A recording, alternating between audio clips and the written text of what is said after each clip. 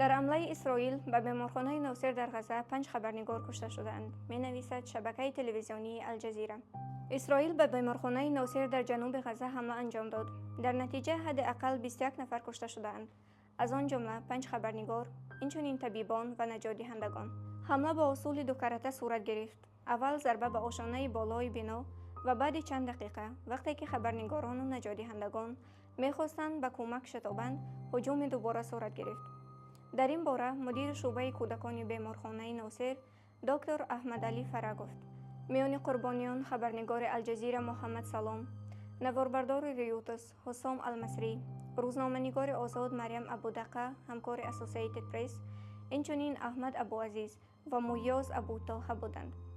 گزارشگر الجزیره طارق ابواعظم تاکید کرد که این حمله واهمه و ترس بزرگ به میان آورد، نه تنها برای مردم اطراف بلکه برای خود بیماران نیز که باید طبق قانون‌های بین المللی حمایه می شدند.